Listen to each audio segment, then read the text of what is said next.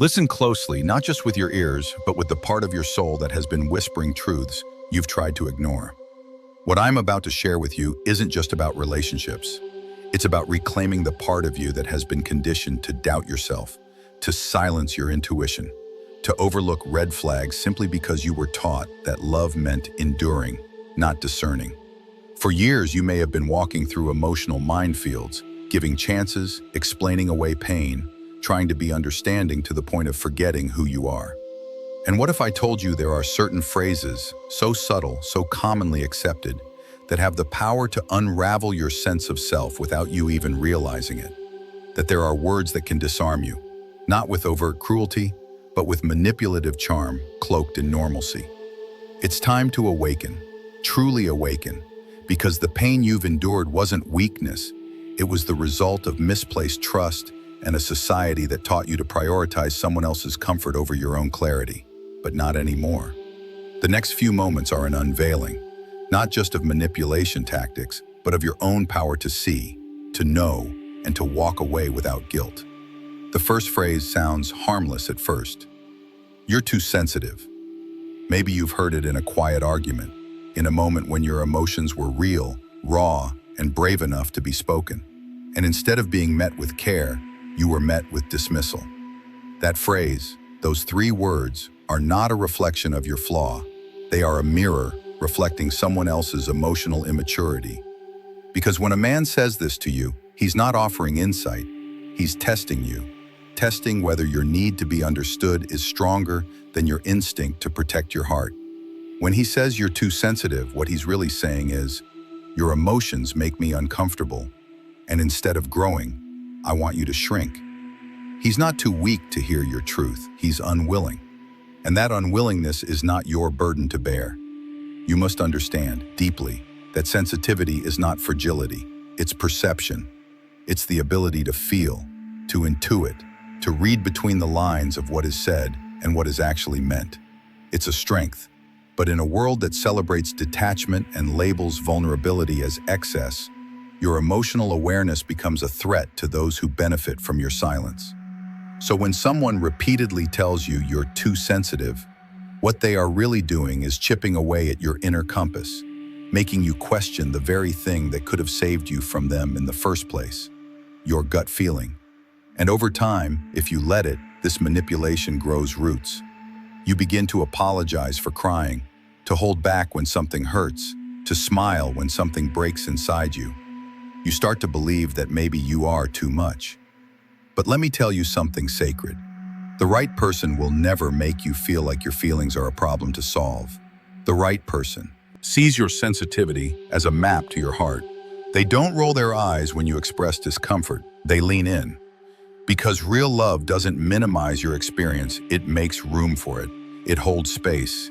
It listens without defense. It validates without patronizing. And if someone can't do that, they are not a safe space for your spirit. Don't let anyone train you out of your own truth. Don't let anyone plant the lie that your depth is a defect. You were born to feel, to sense, to respond with heart. Don't apologize for that. Protect it. The second phrase is cloaked in a faux nobility, a masquerade of virtue. I'm just being honest. You may hear it after a dig at your appearance, a belittling comment about your dreams, a subtle attack on your character. And when you react, when your eyes well up or your voice tightens, he says it again. I'm just telling the truth. But listen, there is a difference between honesty and cruelty, and anyone who weaponizes the truth to harm you is not interested in being honest. They are interested in control. True honesty is loving, it's respectful, it's careful, not careless.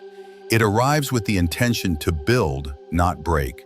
But when someone uses honesty as a justification for being mean, what they're really doing is teaching you to accept harm as a form of virtue. They want you to believe that love is sharp, that truth always stings, and that you should be thankful for someone who keeps it real, even when it cuts you open. But that's not real. That's manipulation. That's a deliberate distortion of emotional truth, and it leaves you confused, wondering if you're too sensitive again, if maybe he's right and you're just weak. But you are not weak. You are waking up. And now that you see this for what it is, You can finally stop explaining yourself to people who don't speak with love. What happens next is even more dangerous because it's more subtle. The third phrase, "you're being controlling," will appear the moment you express a boundary.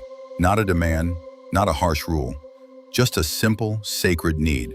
Like, "I need more communication," or "I'm not okay with being treated like that." And suddenly, you're the problem. You're the overbearing one. You're the one who wants to change him. But boundaries are not control. They are clarity. They are declarations of what you will and will not allow in your energy field. And when a man labels you as controlling for having boundaries, he is telling you loud and clear that your safety, your peace, your well-being are inconvenient to him. Let that sink in. A conscious man wants to know your limits because he wants to love you well. He sees boundaries not as barriers, but as blueprints for intimacy. But a man who fears losing power will always try to convince you that your standards are the problem, that asking for respect makes you demanding, that needing consistency makes you needy. And if you're not careful, you'll start to believe him. You'll start letting things slide. You'll begin to betray yourself in small ways, until one day you look in the mirror and wonder where you went. This is how the erosion begins, not in grand betrayals, but in tiny surrenders of self. And the fourth phrase is perhaps the most misleading because it comes wrapped in honesty. "I'm not ready for a relationship." But wait, he says this while texting you every day, spending weekends together, kissing your forehead, and calling you baby. He acts like your partner, but refuses the title. This is not confusion. This is calculation. He wants your heart, your body, your loyalty, but not your security. He wants the emotional perks of a relationship without the responsibility. And the worst part? He'll convince you that you're the one who's pushing too hard. He'll remind you of that one time he said he wasn't ready, as if that clears him of all accountability. But you're not crazy for wanting clarity. You're not needy for wanting commitment. You're human. You're worthy. You're not asking for too much. You're asking the wrong person. Because the right one won't send mixed signals. They won't need time to figure out if you're the one. They'll just know. And then, finally, the most soul-wounding phrase of all slips through his lips like poison dressed in disappointment. "You've changed." Not as a compliment, not as a celebration of your growth, but as a criticism, a judgment, a subtle accusation that your evolution has become an inconvenience. What he's really saying is this: "I liked you better when you were easier to control, when you asked for less, when your world revolved around me." And if you're not careful, you'll believe him. You'll start shrinking again, questioning the very progress you fought so hard to achieve. But hear me, growth is not betrayal. Becoming more yourself is not selfish, it's sacred. The right man will love every version of your becoming. He will stand beside your expansion like it's the sunrise of your soul. But the man who shames your growth, he was never in love with you. He was in love with your silence, with your compliance, with the version of you that didn't threaten his comfort. That's not love, that's possession. And you are not here to be possessed. You are here to be loved, wildly, deeply, without condition. You see, when he says you've changed, with that tone of disappointment wrapped in subtle blame, he isn't actually grieving the loss of connection. He's mourning the loss of control. Because somewhere along the way, you started to realize that your worth isn't determined by how small you can make yourself to fit someone else's comfort zone. You stopped watering dead plants, stopped apologizing for your light, stopped begging someone to treat you like you mattered.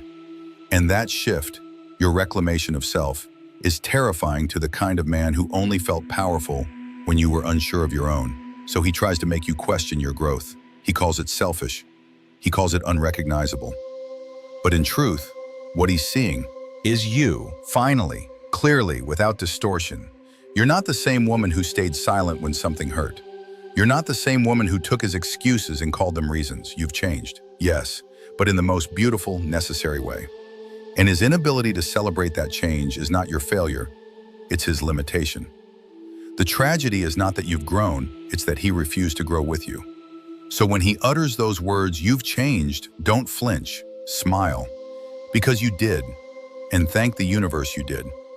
And maybe now, sitting in the stillness after all these realizations, your heart is heavy. Maybe it's racing, maybe it's breaking, Maybe it's healing. Whatever it is, let it be. These phrases, they're not just red flags, they're breadcrumbs. Clues that lead you back to yourself, and once you've seen them, you can't unsee them. Once you've felt the gut punch of a man calling you too sensitive, once you've swallowed the bile of someone using honesty to bruise you, once you've tiptoed around your own boundaries to avoid being labeled controlling, something inside you wakes up. Something sacred, something ancient. And from that moment forward, you start paying attention differently. You don't just listen to words, you feel their energy. You don't just hear what's being said, you notice what's not being said. You watch actions, you trust that quiet voice inside you that says, "This doesn't feel right," even if your mind can't explain why. That voice, that intuition, that is your compass, that is your protector. And every time you honor it, you come home to yourself a little more. What's wild is how easily we can ignore that voice when it threatens to disrupt the illusion of love. We want so badly to believe that someone means well, that they're just having a bad day, that maybe we're overthinking. We've been conditioned to doubt ourselves so deeply that we become fluent in making excuses for other people's behavior. But not anymore.